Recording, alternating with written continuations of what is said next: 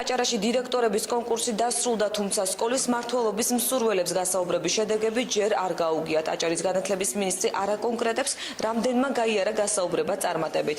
აჭარისა და საქართველოს განათლების სამინისტროების გამომცდელების წინაშე გასაუბრებაზე სულ 20 კონკურსანტი გავიდა. შედეგების გამოცხადებიდან დირექტორობის მსურველებს სკოლის არჩევის საშუალება ექნებათ. შემდეგ კი ისინი სამეურვეო საბჭოებმა უნდა დაამტკიცონ.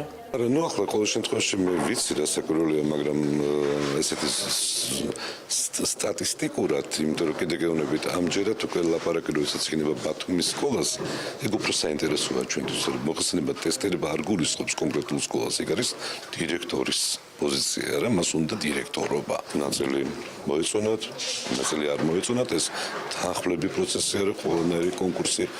ეს ტესტირება იქნება და გასაუბრება იქნება და გავავრცელებთ მუშაობას ინფორმაციის, რასაც მოგცემს საშუალება შემდგომ დირექტორებს ამ გასაუბრება და ტესტირება გავლილ საზოგადოებას ექნება საშუალება აირჩიოს სკოლა.